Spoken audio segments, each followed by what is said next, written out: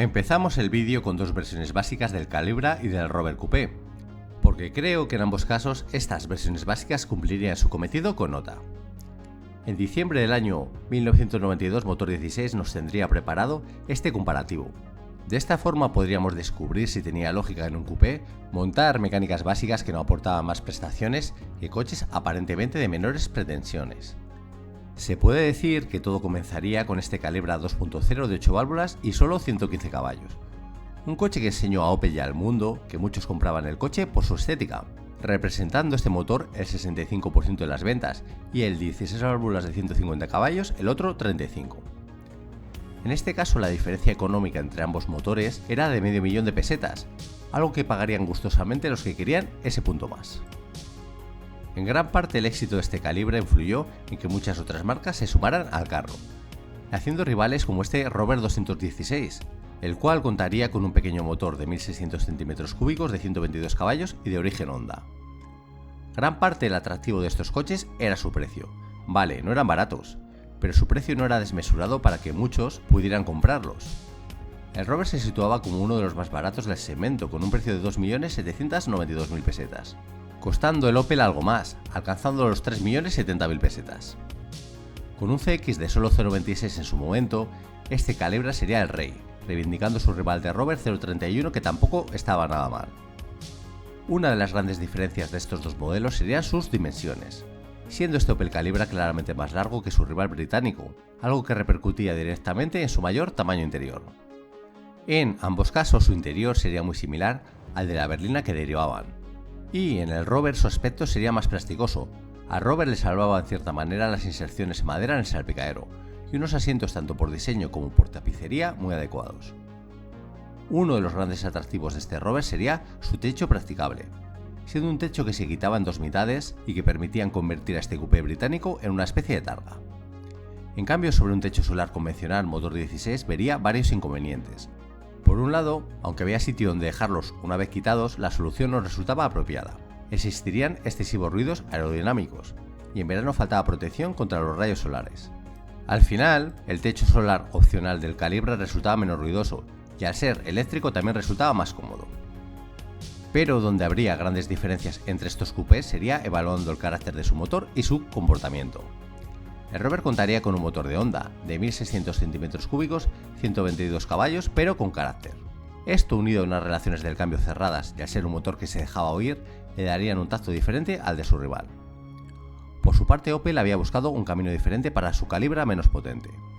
Al ser menos potente con 115 caballos, al tener que mover un mayor peso de 220 kilos, contando además con unos desarrollos del cambio más largos, volverían a este Opel en un coupé más silencioso, agradable, pero también bastante soso. Prestacionalmente las mayores diferencias se encontrarían en las recuperaciones, metiendo el Rover varios segundos al Opel en cada medición. La velocidad punta del Opel sería ligeramente mayor, alcanzando los 201 km/h, conformándose el Rover con 198. Como podemos ver, en aceleraciones puras el Rover logra cubrir el kilómetro con silla parada en 31,6 segundos, parando el crono este Opel Calibra en 31,9. Algo similar pasaría con su comportamiento. El menor tamaño, menor peso y el carácter del motor del inglés le permitirían moverse mejor en carreteras de montaña, a lo que se sumaría un cambio rápido y preciso de utilizar. Por su parte, este Opel Calibra sería más amigo de las autovías, autopistas y carreteras como en firme. Cuando la carretera se complicaba, el comportamiento del coche se volvería perezoso sin acompañar tampoco la rapidez de su caja de cambios. Como podemos ver, estos serían dos coupés de acceso bien diferentes. El Calibra sería adecuado para aquellos que buscaran un coupé más silencioso, más tranquilo, más habitable y bien hecho, siendo el Rover la elección ideal para aquellos que valoraran un mayor carácter de su motor, un comportamiento más deportivo y también un precio más reducido. A cambio sería menos habitable y más ruidoso que su rival. En términos generales, como podemos ver aquí, el Rover vencería en 4 de los 6 apartados evaluados, por lo tanto sería el ganador a los puntos.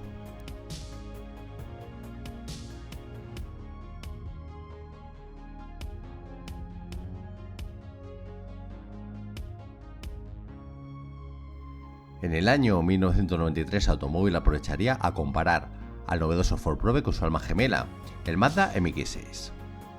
Un coche que compartía motor y gran parte de su base estructural. Aun con ello, Ford supo hacer que su Probe tuviera identidad propia. Gozando de una estampa más agresiva, donde sus faros delanteros escamoteables y unas llantas de 16 pulgadas que en su momento serían catalogadas de exageradas, hacía que uno de los principales atractivos de este coche saltara a la vista, su estética. En su interior, en ambos casos, sus asientos resultarían bastante envolventes, pero en el Ford sus mayores ajustes en el asiento con reglaje lumbar e incluso ajuste en la sujeción lateral le permitiría estar un punto por delante de su oponente japonés a la hora de buscar la posición de conducción ideal. En ambos casos, las plazas traseras serían exiguas, donde tan solo podrían ser usadas en trayectos muy cortos o por niños. El CX del modelo japonés sería de 0.30, siendo el afilado Probe bastante peor con 0.34. Si ahora recordamos al del anterior Opel Calibra que reivindicaba 0.26, podemos ver que el trabajo aerodinámico de este Probe sería mejorable. En ambos casos su equipamiento sería abundante, estando el del Ford Probe por delante, montando airbag del conductor y radiocassette de serie. Respecto al motor usado en el Ford Probe sería de origen nipón, el mismo V6 que montaría este Mazda MX-6. Un motor hecho completamente en aluminio y que en el banco de rodillos daría poco más de 160 caballos, siendo un motor donde primaba la suavidad de funcionamiento ante las prestaciones puras. A pesar de ser un motor que se estiraba hasta las 7000 vueltas, a partir de 5500 la potencia comenzaría a decaer, quedando claro que este motor se había desarrollado para dotar a estos coupés de un talante más burgués. Si hablamos de las cajas de cambios pasaría algo similar. Los desarrollos del Ford Probe serían algo más cortos. Aún así, el paso entre tercera y cuarta y entre cuarta y quinta era demasiado exagerado, cayendo de vueltas el motor más de lo deseado. A pesar de que la plataforma del Probe era muy similar a la del Mazda, la realidad es que el comportamiento sería diferente, gracias a algunas diferencias importantes entre ellos. El Mazda MX-6 se mostraría muy ágil en toda circunstancia, gracias a un equilibrio donde sus llantas de 15 pulgadas con neumáticos de 205 de anchura proporcionaban un gran agarre. Su dirección de asistencia regresiva también resultaría precisa. Su suspensión, a pesar de ser blanda y hacer topes en más de una ocasión, no impediría que el comportamiento de este Mazda MX-6 resultara envidiable. Por su parte, en el Ford Probe su elección de llantas de 16 pulgadas y una dirección muy asistida repercutía negativamente en el comportamiento, proporcionando un buen agarre sobre firme en buen estado, pero afectando mucho cuando el asfalto se volvía más rugoso. Este mayor calzado del vehículo también repercutiría negativamente a la hora de frenar. Con unos discos de freno algo justos en ambos casos, los neumáticos más pequeños del Mazda se ajustarían mejor a su capacidad de frenada. Prestacionalmente los dos estarían muy a la par, venciendo el Mazda en velocidad punta logrando 216 km por hora, cuando el Ford Probe se quedaría en 212. Por su parte el Mazda también sería más rápido en recuperaciones, por su parte el Ford era más rápido en aceleraciones puras. Aunque perdía algo de tiempo del 0 a 100 en los 1000 metros con silla parada, paraba el crono en 30 segundos exactos, necesitando el Mazda MX-6 8 décimas más en este registro. Posiblemente el apartado definitorio para elegir uno de ellos sería el precio. Con un precio de 3.850.000 pesetas el Ford Probe y casi 4,5 millones el Mazda MX-6. Al final el resto de diferencias parecían de matiz, gozando el Mazda de un mejor comportamiento, pero teniendo el Ford Probe otros atributos, como su estética más vistosa, contando además con un equipamiento mayor.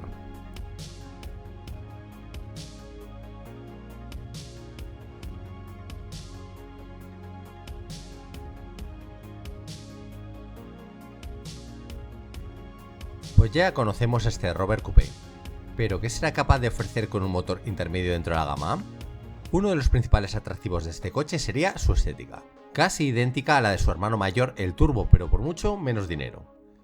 Pero cabe destacar que de entrada el precio que ves aquí tenía truco, con un precio de 2.884.000 pesetas, equipamiento como el aire acondicionado o los frenos ABS serían opcionales, teniendo que pagar por el primero 207.000 pesetas y por el segundo 215.000. Por lo tanto, si sumamos estos dos opcionales, el precio ascendería prácticamente a 3.300.000 pesetas. En este caso, el motor escogido sería 100% Rover, un 2 litros multiválvulas de 138 caballos. Recordemos que el 216 montaba una mecánica Honda. Dos de las cualidades de este motor sería la elasticidad y sus prestaciones. Los desarrollos cortos del cambio ayudarían a sacar partido de su motor, aunque en contrapartida desentonaría el funcionamiento de la palanca de cambios, donde se notaba algo de imprecisión en su accionamiento. Respecto a su motor de entrada, una de sus cualidades no sería la baja sonoridad. Eso, acrecentado por un techo desmontable que provocaba ruidos aerodinámicos, hacía que este Rover 220 fuera ruidoso. En esta miniatura podéis ver el techo, cómo se podía desmontar en dos mitades para luego ser guardadas en su funda en el maletero. A nivel del comportamiento, sus suspensiones blandas y confortables, a lo que se sumarían unos frenos con un rendimiento justo, harían que este estiloso coupé fuera ideal para disfrutar de una conducción suave y relajada. A nivel prestacional, este Rover 220 Coupé se movería bien, alcanzando los 202 km por hora, destacando más en las aceleraciones. Lograría cubrir el 0 a 100 en 9,6 segundos, cubriendo el kilómetro con silla parada en 30,5. Prestaciones que, sin ser las mejores de su categoría, parecían suficientes para disfrutar de este esbelto coupé. Un coupé con un precio muy atractivo frente a sus rivales, pero recordemos que en este caso el aire acondicionado o los frenos ABS formarían parte del equipo opcional.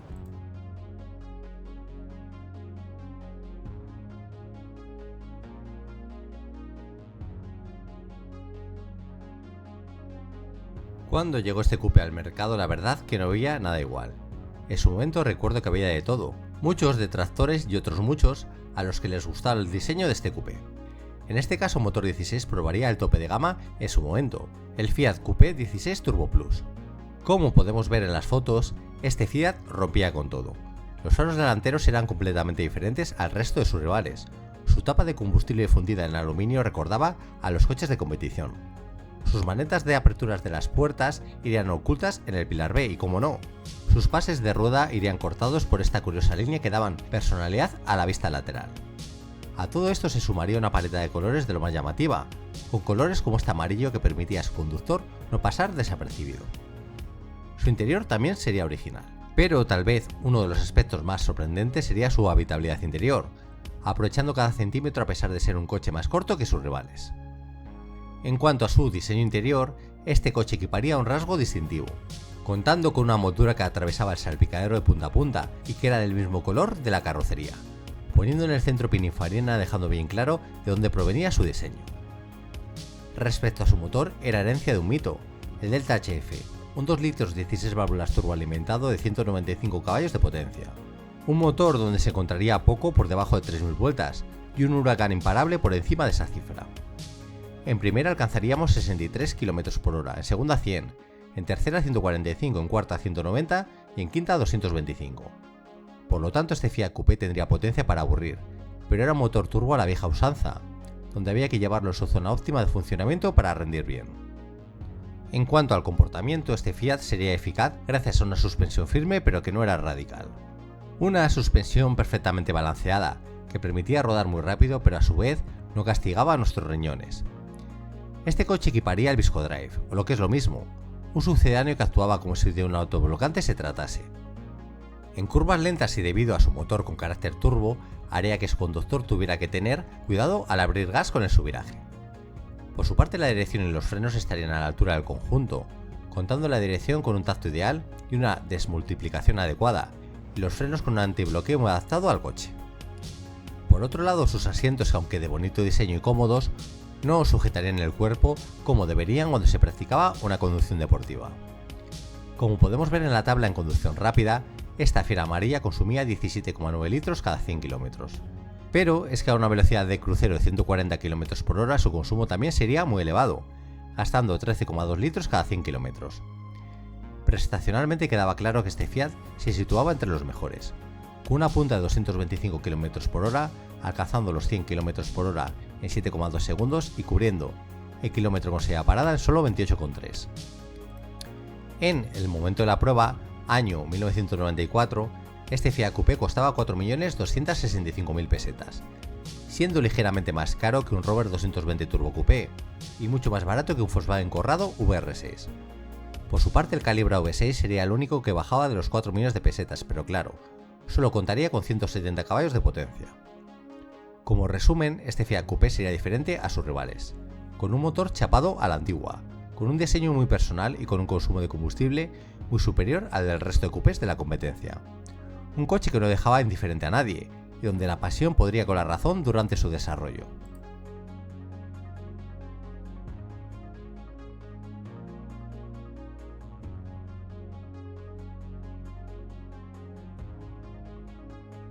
En esta comparativa podremos ver al Fiat Coupé anteriormente analizado con dos de sus rivales. La sexta generación del Celica con sus faros dobles en versión GT y al explosivo Rover 220 Turbo. Como podemos ver, tres coches estéticamente bien diferentes, donde cada uno dejaba claro su país de origen. Presentando a los protagonistas, el más caro sería el Toyota Celica, con un precio de 4.339.000 pesetas. Siendo el más caro también sería el menos potente, con un motor 2 litros multiválvulas atmosférico de 175 caballos de potencia. El Fiat Coupé Turbo sería el siguiente escalafón en precio y potencia. Con un precio de 4.190.000 pesetas, como ya vimos en la prueba anterior, contaría con un motor 2 litros turboalimentado de 195 caballos de potencia. El más barato sería el más potente, y es que este Rover Coupé en su versión turboalimentada lograba extraer de su 2 litros turbo 200 rabiosos caballos. Siendo de paso el más ligero del comparativo, pesando solo 1.185 kilos de peso, su precio 4.103.000 pesetas.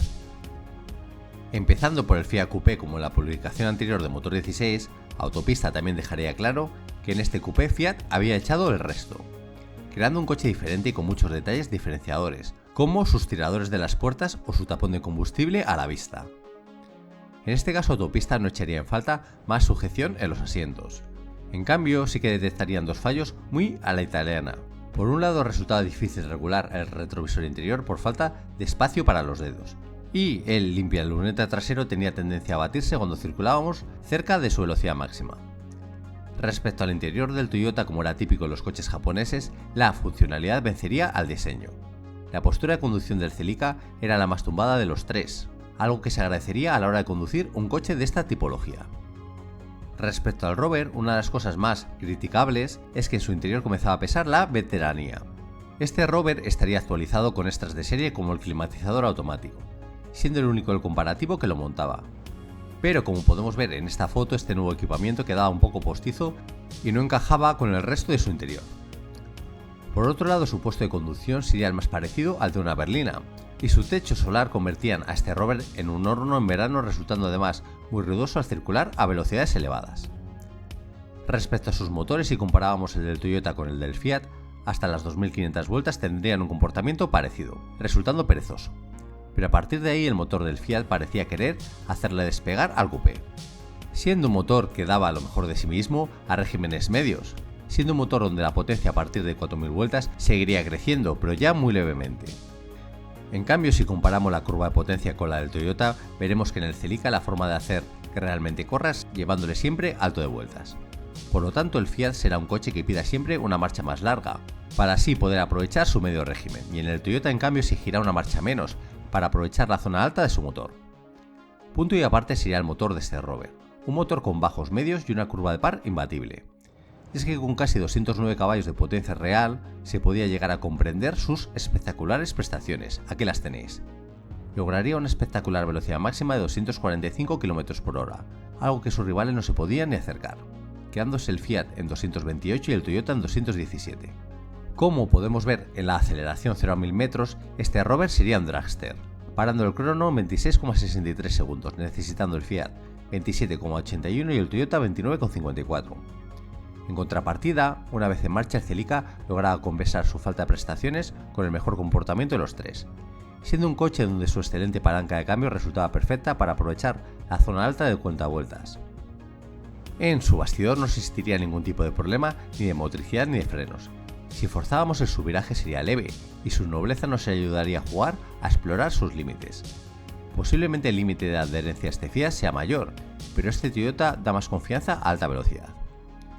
En el otro extremo estaría el Rover, siendo un coche delicado de conducir, siendo un coche que si se deja de acelerar la trayectoria del coche se verá afectada, tanto en recta como en curva. En zona de curvas con el Rover el trabajo se amontona, Al carecer la dirección de retorno y contar con una tremenda motricidad, hace que el coche tienda a querer seguir haciendo la curva. A todo eso habría que sumar la falta de potencia de sus frenos, que no invitan a explorar el potencial de su motor. Como podemos ver al final, el Fiat resultaría el más completo. Su motor no sería igual de excelso que el del Rover, y su bastidor no gozaría del equilibrio del Toyota. Pero al final, en ambos apartados tan importantes, cumplía con nota, gozando además de un precio atractivo frente a sus rivales.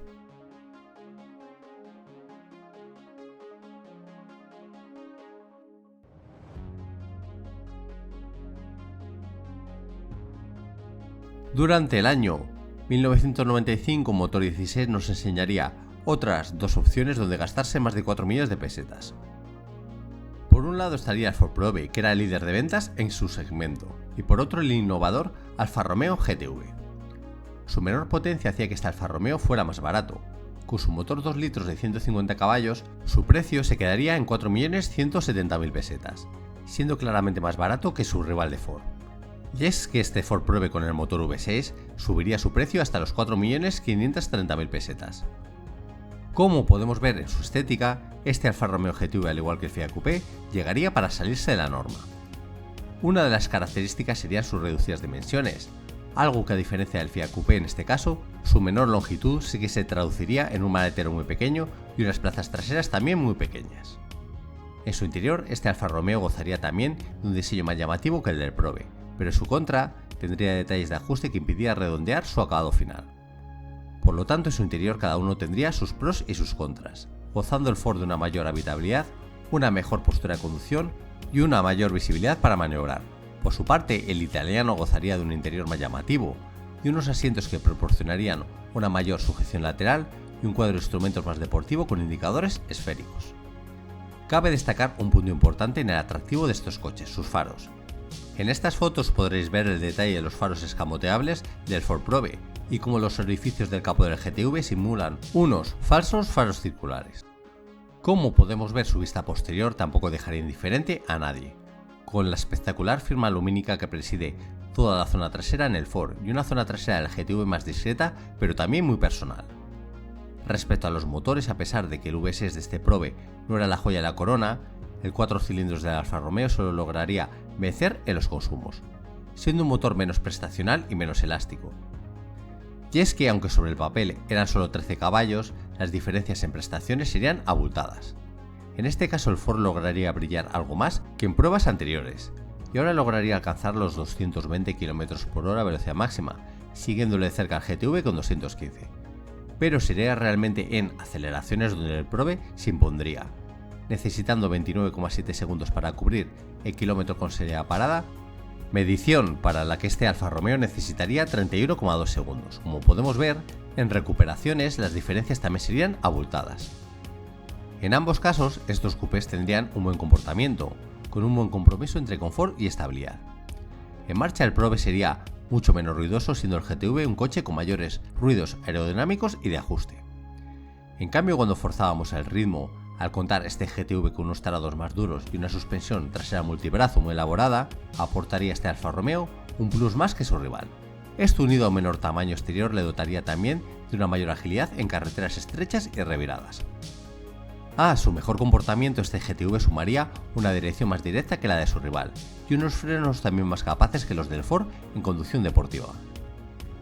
Como podemos ver, aunque en cómputo general el Ford fue el ganador, quedaba claro que este Alfa Romeo GTV tenía argumentos suficientes para seducir, siendo un coche donde su atractivo visual interior y exterior y un comportamiento más dinámico lograrían seducir a más de uno.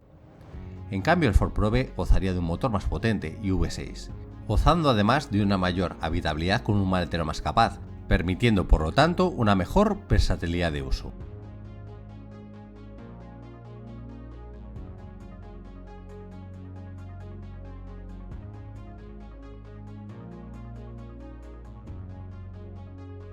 Para finalizar el vídeo traemos a este coche tan diferente, un coupé diferente en casi todo: estética, motor y planteamiento.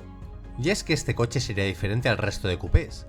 En una época donde varios coupés gozaban de una estética agresiva, pero de unos motores que no acompañaban a su agresividad estética, este Honda Prelude era casi al contrario.